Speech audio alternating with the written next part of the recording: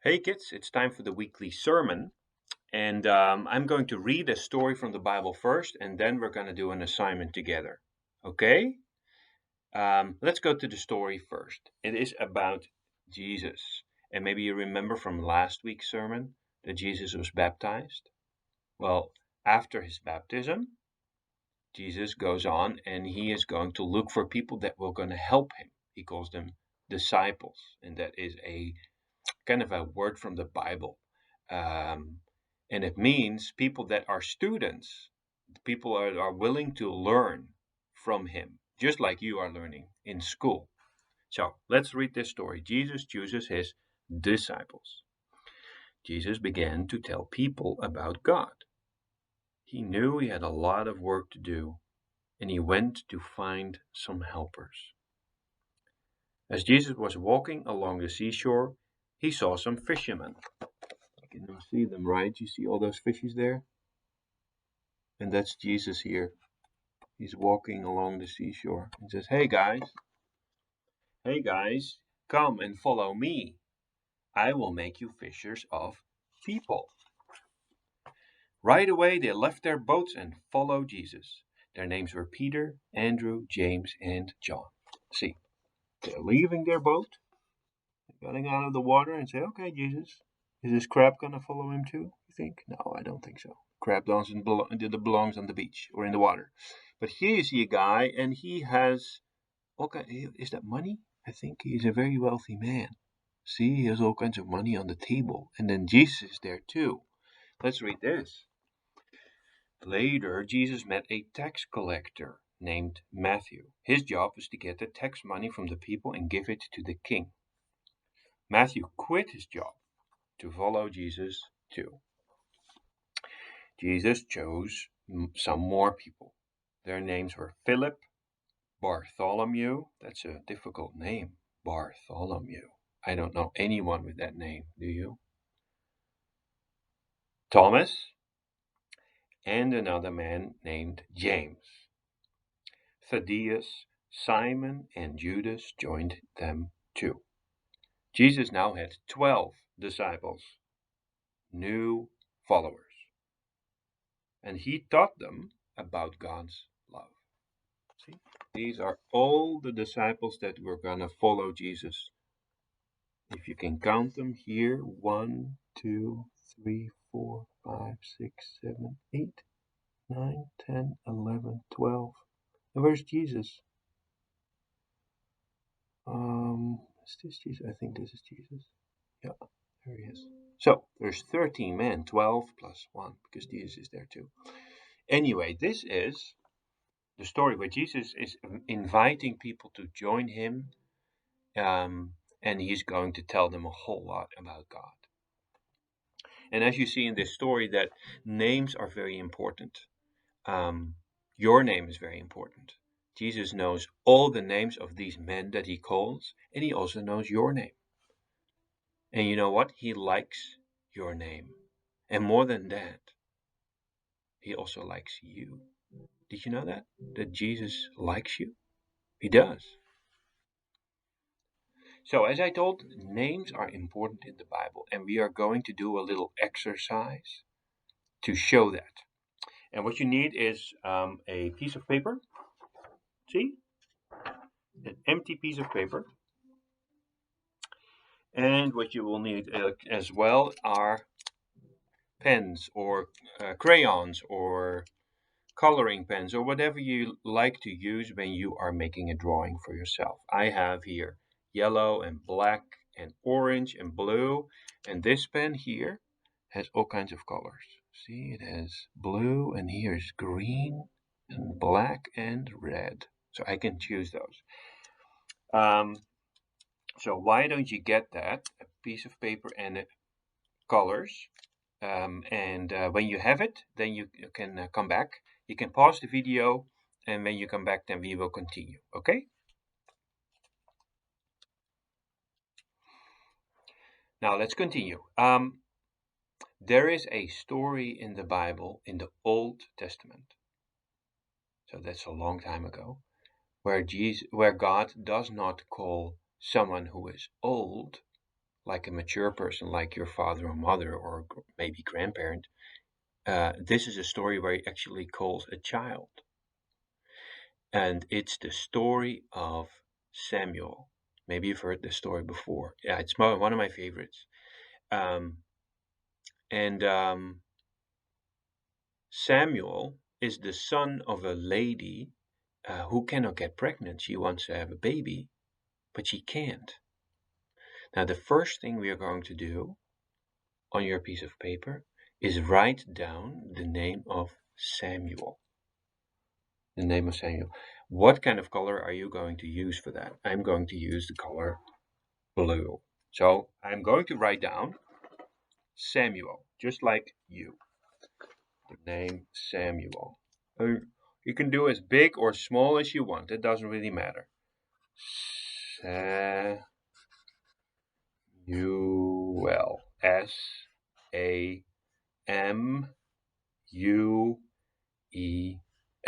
Samuel. See, Samuel. See? Now, when you're done, we're going to continue.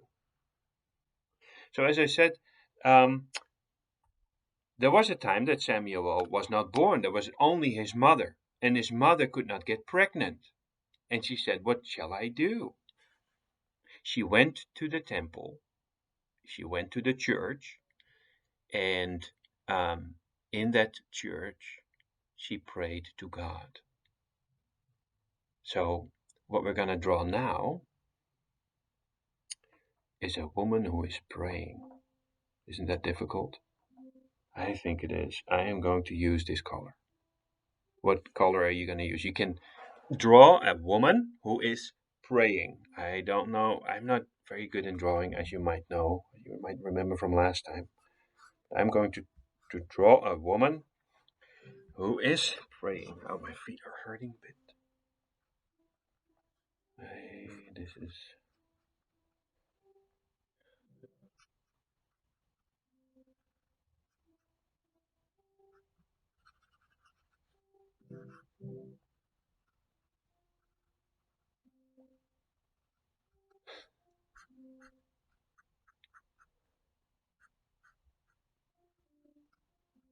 Wow, this looks more like a bird than a person. It is more like a bird than a person, isn't it? Oh, this is terrible. But, yeah, it looks more like a beak.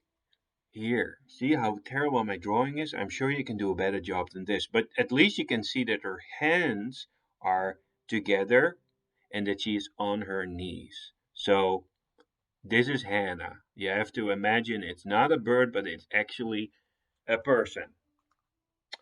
I hope you were doing a better job with that because my drawings are very bad. So, now we have drawn Hannah, and you remember where she was praying? She was praying in the temple. The temple. Like, they didn't have churches back then, they had temples, but they're kind of similar. So, what you're now going to do is you are going to draw a temple. Like, so you can see Hannah is in the temple. So, maybe it should be a kind of big, like a big building where you see this little person who is praying. So, for that, I am going to use the color green. What are you going to use? Color green. Let's see here. Uh-oh. Yes, it works.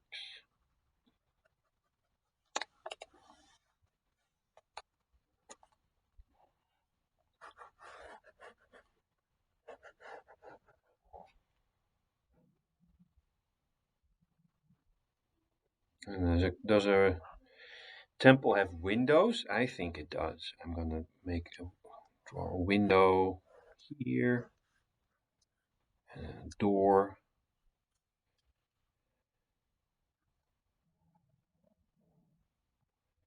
So doorknob, so you can get in, and another window, and it looks more like a house. Let's see here. Well, I can make a little cross so it looks like a church at least, and another cross here. So here you have my bird, Hannah. Oh no, it's not a bird. It is a person. And then my church building, which looks a little bit like a house. See, but it has a cross. So let's just agree that this is a temple or church.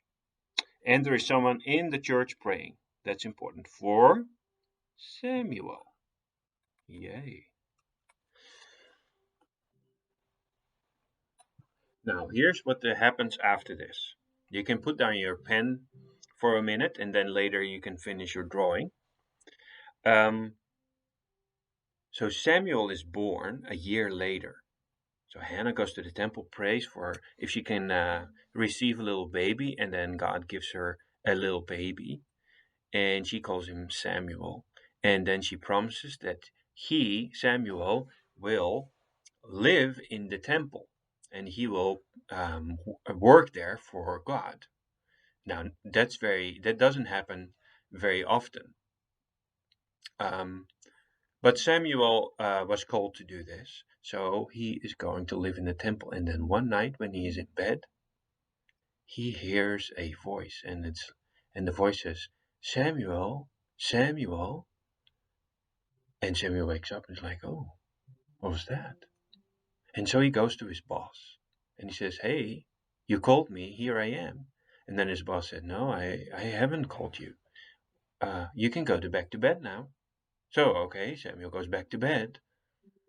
And then a little later he wakes up again because he hears, "Samuel, Samuel, you can wake up now." And he's like, "Who is that?" So he goes back to his boss again. And he says, "Hey, you woke me up." And his boss says, "No, no, I didn't. Go back to bed, son." So he goes back to bed again. And then it happens again. And then Samuel, Samuel. And Samuel's like, "Okay." And he goes to his boss again. And then his boss realizes that this is God who is calling for Samuel. So he tells Samuel to go back to bed, and if God calls him again, that he then should say, "Here I am. I am listening to what you want to tell me." So Samuel goes back to bed, and then God calls him again, "Samuel, Samuel." And then Samuel says, "Hey, here I am." That's the story of Samuel. God spoke to him. And Samuel decided then that he wanted to serve the Lord, serve God for the rest of his life.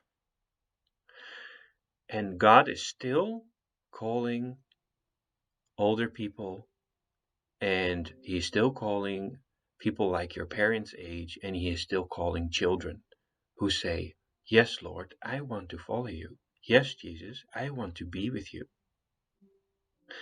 And so, just like little Samuel said, "Yes, here I am," you can also say to the Lord, to God, "Yes, here I am. I want to serve you. I love you, and I want to be with you." It's as simple as that. So here is your last assignment with the paper that you have, where you wrote the name Samuel and you drew the temple and a lady praying. Now you get a last color. I'm going to take the color black. And what you do now is that you write down your own name in the temple. Okay? So I'm going to write down my own name, Franz.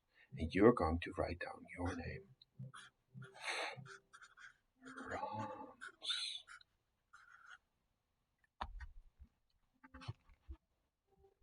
See, here I have it. Franz.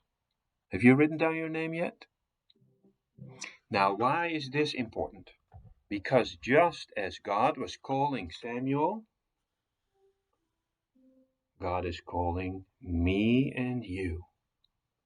And around us are people praying, your mother or your father, or maybe your grandmother or your grandfather, or maybe all of them. And they're praying for you, that you may one day say, "Yes, Lord, here I am," just like Hannah. Now, that's our story of the week. I'm very thankful that you were willing to watch this, and I hope you enjoyed it and that you enjoyed your own drawing. And I am sure that your drawing is much better than my drawing. Now, have a great day and see you later. Bye.